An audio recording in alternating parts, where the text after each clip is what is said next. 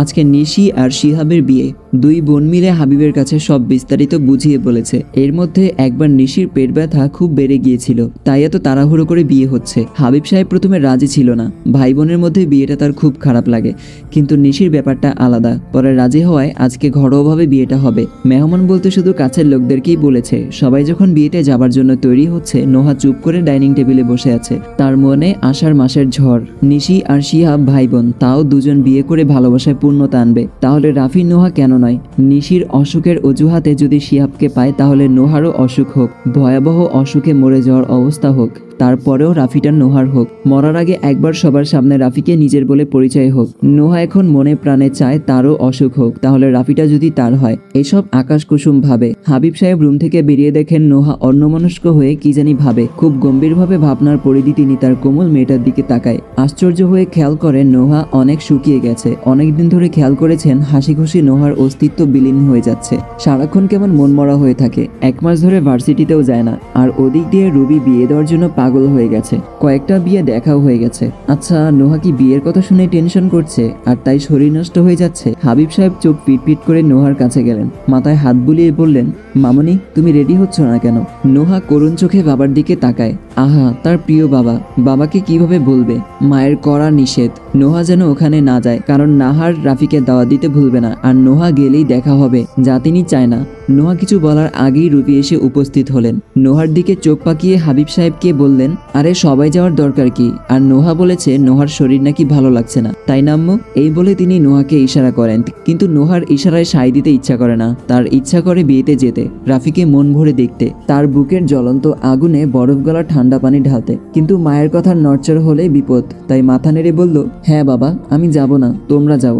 মুহূর্তেই হাবিব সাহেবের কপালে কুঁচকে আসে। ফুপুর বাসায় যাবে, এত সমস্যার কোনো কারণ দেখছি না। তিনি ভাবুক চোখে তাকিয়ে বললেন, মামনি সবার সাথে দেখা হলেই বরং ভালো লাগবে, মন ফ্রেশ হবে, যাও জলদি রেডি হও। রুবি মনে মনে কপাল চাপড়ায়, হায় আল্লাহ, দেখা হলেই তো বিপদ। রুবি শত চেষ্টা করেও আটকাতে পারল না। হাবিব সাহেব মেয়েকে নিয়েই যাবেন।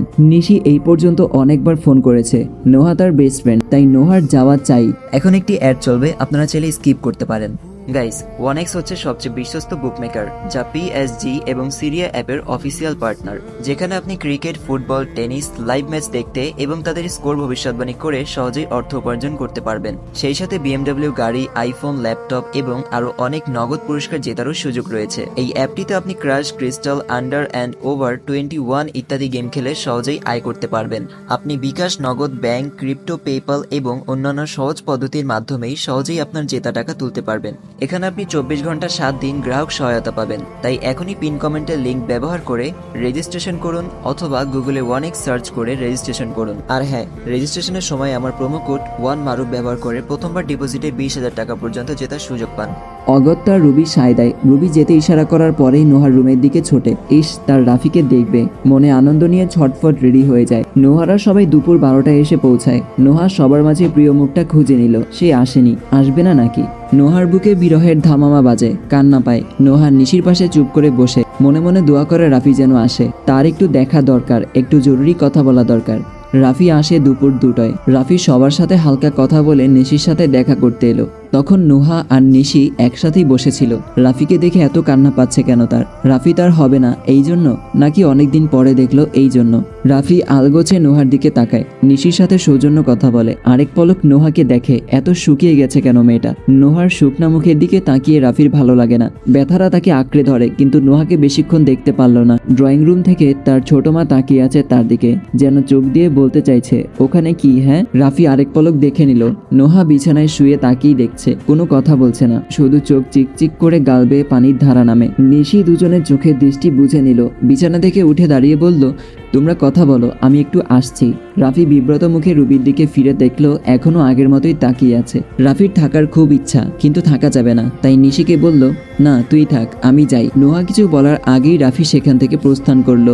নিশি নোহার দিকে তাকিয়ে দেখলো নোহা ফুপিয়ে কাঁদছে।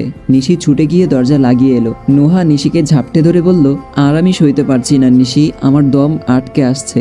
নিশি বোঝানোর ভঙ্গিতে বলল, সব ঠিক হয়ে যাবে। নোহা মাথা দুদিকে নেড়ে বলল, কিচ্ছু ঠিক হবে না, কিচ্ছু না। রুবি মেয়েকে সারাক্ষণ চোখে চোখে রাখছেন, রাফি যদিও কোনো পাগলামি করেনি, কিন্তু নোহা কাছে আসতে চেয়েছে।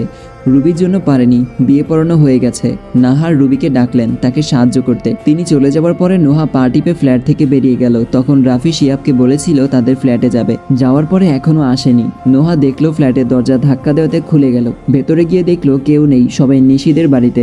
নোহা শিহাবের রুমে গিয়ে ঢুকলো। হ্যাঁ, তার সুখ পাখি এখানেই বিছানায় চুপ করে বসে আছে। নোহাকে দেখে রাফি দাঁড়ায়, যেন জানতোই নোহা আসবে। নোহার জন্য এই অপেক্ষা। নোহার চোখে পানি এসে কণায় কণায় পূর্ণ হয়ে যায়। দুহাতের তালু দিয়ে পানি মুছে। রাফির ঠোঁটের কোণে একটু হাসি ফুটে ওঠে। রাফির হাসি দেখে নোহার ঠোঁট উল্টে কেঁদে দেয়। রাফি দুহাত প্রসারিত করে কাছে ডাকে। নোহা রাফির বুকে মাথা রেখে খুব শক্ত করে জড়িয়ে ধরে। রাফি তার বলিষ্ঠ হাতের মধ্যে নিয়ে নোহাকে বুকের খাঁচায় চেপে ধরে। মুখ দিয়ে ফিসফিস করে বলে, এখন শান্তি লাগছে খুব। নোহা মাথা উঠিয়ে রাফিকে দেখে। রাফি টুপ করে নোহার কপালে ঠোঁট ছোঁয়ায়। নোহা অভিমানী গলায় বলে, এতক্ষণ কত চাইলাম দেখা করতে, কিন্তু আপনি বুঝলেন না। রাফি হাসে, কিন্তু সম্ভব হয়নি। তাছাড়া বিচ্ছেদ যদি হয় তাহলে আর কাছে আসাটা ঠিক না। তাই রাফি চাইছিল নোহা যেন কাছে না আসে, কিন্তু পাগলা মনকে তা বোঝানো সম্ভব না। তাই তো সব নিয়ম ফেলে একটু শান্তির দিকে ছুটেছে। রাফি শক্ত করে নোহাকে জড়িয়ে ধরে রেখেছে। তখনই কারো উত্তেজিত কণ্ঠের হুঙ্কার খালি ফ্ল্যাটের আগুনের ফুলকির মতো পড়ে। এরপরের ঘটনাগুলো খুব তাড়াতাড়ি ঘটেছে। ইঞ্জিনিয়ার পাত্রের কাছে নোহার বিয়ে ঠিক হয়েছে। সেদিন রাফি আর নোহাকে জড়াজড়ি অবস্থায় হাবিব সাহেব দেখে নিয়েছিলেন। রাফিকে কিছু বলেননি, কিন্তু নোহাকে সপার চড় মেরে গালে দাগ তুলে ফেলেছেন। রাফি আটকাতে গেলে হাবিব সাহেব উত্তেজিত হয়ে যায়। কথা বলতে গিয়ে শ্বাসকষ্ট ওঠে। এই ফ্ল্যাটে হট্টগোল শুনে পাশের ফ্ল্যাটে সবাই এসে বুঝতে পারে কি নিয়ে সমস্যা। রুবি আবার নোহাকে মারে। রাফি আটকাতে চাইলে হাবিব রাফিকে ধমকে চলে যেতে বলে। রাফি চলে যায়। তারপর রাফির ফুফুরা রাফির হয়ে কয়েকবার হাবিবের কাছে বিয়ের প্রস্তাব নিয়ে গিয়েছে। যথাসম্ভব বুঝিয়েছে, কিন্তু হাবিব অপারগ। তিনি সোজা নাকচ করে দিয়েছেন। 2 দিনের মধ্যে ইঞ্জিনিয়ার পাত্র খুঁজে বিয়ের দিনও ঠিক করা হলো। বিয়ের দিন সকালে নোহা লুকিয়ে তার দাদুর মোবাইল দিয়ে ফোন দিল। রাফি রিসিভ করে বলল, হ্যাঁ দাদু বলো। নোহা ফুপিয়ে কেঁদে বলল, রাফি আমার বিয়ে আজকে। রাফি নিশ্চুপ হয়ে শুনলো, কোনো কিছু বলল না। রাফির নীরবতা শুনে নোহা অন্তরাত্মা কেঁপে ওঠে। এই তুমি কথা বলো না কেন? আমি বাড়ি থেকে বের হচ্ছি, কোথায় আসবো বলো। রাফি বলল, তুমি কোথাও বের হচ্ছ না। নোহা বলল, কেন? আমি তো তোমায় ছাড়া বাঁচবো না রাফি। রাফি বলল, বাঁচতে হবে। এমন কিছু করলে চাচ্চু কি করবে ভেবেছো? নোহা থমকে যায়। চোখের কান্নিশ বেয়ে জল গড়িয়ে পড়ে। আচ্ছা, ভালো থেকো। রাফি ছোট্ট করে বলে, নোহা মোবাইল রেখে বাবার রুমে যায়। শেষবারের মতো বাবাকে বলে, বাবা হাবিব মেয়ের দিকে তাকায়। বাবা আমি বিয়ে করতে পারবো না। হাবিব বলল, কেন পারবি না? রাফির জন্য। নোহা লজ্জা শরমের মাথা খেয়ে বলল, বাবা আমি ওনাকে ভালোবাসি, ওনাকে ছাড়া আরেকজনকে কিভাবে বিয়ে করি? হাবিব বলল, আমি জন্ম দিলাম, আমার চেয়ে এখন ওই ছেলেটার জন্য যেহেতু এত মায়া, তাহলে যা, বাড়ি ছেড়ে চলে যা। আর যদি এই বাড়িতে থাকিস তাহলে বিয়েটা করতেই হবে। নোহা অনেকক্ষণ চুপচাপ দাঁড়িয়ে রইল। তারপর রুমে এসে চোখে মুখে পানির ঝাপটা দেয়। মায়ের দেয়া বিয়ের পোশাক চুপচাপ পরতে থাকে। রুবি অবাক হয়ে মেয়ের কর্মকাণ্ড দেখে। যে মেয়ে বিয়ে করবে না করে রাত দিন চিৎকার করে, সেই মেয়ে কিনে নিজেই বিয়ের জন্য রেডি হয়ে যাচ্ছে। দুপুর 1টায় বরপক্ষ আসে। নোহা চুপচাপ গিয়ে সোফায় বসে। নোহা এত চুপচাপ আছে যে দৃশ্যটা সবার চোখে পড়ছে। রুবি মেয়েকে কয়েকবার হাসতে বলেছেন, কিন্তু নোহার মধ্যে কোনো পরিবর্তন দেখা গেল না। কাজী এসে যখন বিয়ে পড়ানো শুরু করে তখন নোহা নিজেকে আর সামলাতে পারে না। বাবার দিকে তাকিয়ে কাতর গলায় বাবাকে ডাকে। চোখের পানি তো সেই কখনই অবাধ্য হয়ে পড়ছে। নোহার এমন বেসামাল অবস্থা দেখে উপস্থিত সবার চোখে পানি চলে আসে। নোহার কান্না সারাদিন গালমন্দ করা রুবিরও বুক খামচে ধরে। এতক্ষণ শক্ত হয়ে বসে থাকা হাবিব সাহেবও কিছুটা নড়ে যায়, কিন্তু পাত্রপক্ষকে কথা দিয়ে ফেলেছেন। এখন আর কিছুই করা সম্ভব না। তিনি কাজীর দিকে তাকিয়ে বললেন, কাজী সাহেব শুরু করুন। ঘরে পিনপতন নীরবতা। সবাই নোহার কবুল শব্দটা শোনার অপেক্ষায় আছে, কিন্তু না। কবুল বলা ছাড়া শুনল কলিং বেলের কর্কশ গলার ডাক। রুবি হন্তদন্ত হয়ে দরজা খোলে। দরজা খোলার সাথে সাথেই রাফি এক প্রকার দৌড়ে বাসায় ঢোকে। কাউকে কিছু না বলে সোজা হাবিব সাহেবের পায়ের কাছে গিয়ে বসে। উপস্থিত পাত্রপক্ষ অবাক হয়ে অচেনা ছেলেটার কর্মকাণ্ড দেখে। নোহার রাফিকে দেখে কুমড়ে কেঁদে ওঠে। রাফি হাবিবের 2 হাতে ধরে হাবিবের চোখের দিকে তাকায়। রাফি নিঃশব্দে কাঁদছে। রাফির পরিবারের সবাই এই প্রথম রাফির চোখের পানি দেখল। রাফি শক্ত ধাঁচের মানুষ, কখনোই কাঁদেনি, কিন্তু আজ কাঁদছে নোহার জন্য। চাচ্চু আমি খুব নিঃস্ব, বাবা মাকে হারিয়ে আমার কিছু আপন করে নিতেই ভয় লাগতো। যদি আবার হারিয়ে ফেলি। নোহাকেও সেই ভয়ে কাছে ঘেঁচতে দিতাম না, কিন্তু কিভাবে যেন মেয়েটা আমাকে ভালোবাসলো আর আমার ভালোবাসাও নিল। আর দেখো আজ বাবা মায়ের মতো নোহাও হারিয়ে যাচ্ছে। বাবা মাকে হারিয়েছি ছোটবেলায়, কিন্তু নোহাকে হারিয়ে কিভাবে থাকবো? চাচ্চু আমাকে এই মেয়েটা দিয়ে দাও। তুমি দেখো না এই মেয়েটা ছাড়া আমার আর কিচ্ছু নাই, আমি খুব একা। রাফি হাবিবের 2 পা জড়িয়ে হাউমাউ করে কাঁদে। তার সাথে সাথে সবাই কাঁদে। পাত্রপক্ষ হতবিহ্বল হয়ে তাকিয়ে আছে। ছেলেটার সাথে যে নোহার সম্পর্ক আছে এটা স্পষ্ট বোঝা যাচ্ছে। হাবিবের চশমার ফাঁক দিয়ে পানি পড়ে। রাফি তখনও তার পায়ে ধরে কাঁদছে। হাবিব সাহেবের মন আর মানল না। রাফির মাথায় হাত রেখে বললেন, যা, দিয়ে দিলাম তোকে, কিন্তু রানীর মতো রাখতে হবে। হাবিবের এমন কথা রাফির কর্ণগোচর হতেই শির দ্বারায় বেয়ে খুশির স্রোত নেমে যায়। মাথা উঠিয়ে বলে, রাখবো, শুধু আমার করে দাও। পাত্রপক্ষ এবার রেগে যায়। উত্তেজিত হয়ে দাঁড়িয়ে বলে, আমাদেরকে কি তামাশা দেখানোর জন্য এনেছেন?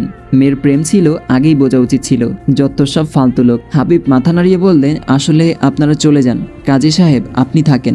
ওনার কথায় পাত্রপক্ষ রেগে কতক্ষণ চেঁচামেচি করে যায়। তারপর নোহা আর রাফির বিয়ে হয়। অতঃপর রাফি আর নোহাকে রাফির আগেই রুমে একসাথে বাসরে দেওয়া হলো। রাতের মধ্যে শিহাব নিশি যতটুকু পেরেছে ততটুকুই ফুল দিয়ে সাজানো হয়েছে। নোহা চুপ করে বিছানায় বসে আছে। সে ভেবেছিল সব শেষ, এই জীবনে রাফি তার হবার নয়, কিন্তু হলো উল্টো। এখন রাফি তার বিশ্বাস করতেই কষ্ট হচ্ছে। কিছুক্ষণ পরে রাফি রুমে আসে। সোজা বিছানায় গিয়ে নোহার পাশে বসে দুজনেই দুজনের দিকে তাকিয়ে আছে, কিছু বলছে না। তারপর হুট করে দুজনেই হেসে ফেললো। রাফি নোহার কোলে মাথা রেখে শুয়ে বলল, তোমার জন্য কেঁদে মাথা ব্যথা শুরু হয়ে গেছে, মাথা ম্যাসেজ করে দাও। নোহা রাফির সংস্পর্শে এসে সুখ সুখ অনুভব হয়। তারপর পরের রাতটা তাদের দুজনের সুখের উচ্চ পর্যায়ে সিঁড়ি বেয়ে ওঠে। রাফি ভাবে, এই তো সুখ, তার সুখ সন্ধানী পাখি। এভাবেই কেটে যাক জীবন, হয়ে যাক ভালোবাসার জয়। হ্যাঁ, আমাদের গল্পের এটাই ছিল শেষ পর্ব। শেষ হয়ে গেল আমাদের প্রিয় গল্প। যাদের কাছে গল্পটি ভালো লেগেছে ভিডিওটাতে লাইক করতে ভুলবেন না। আর হ্যাঁ,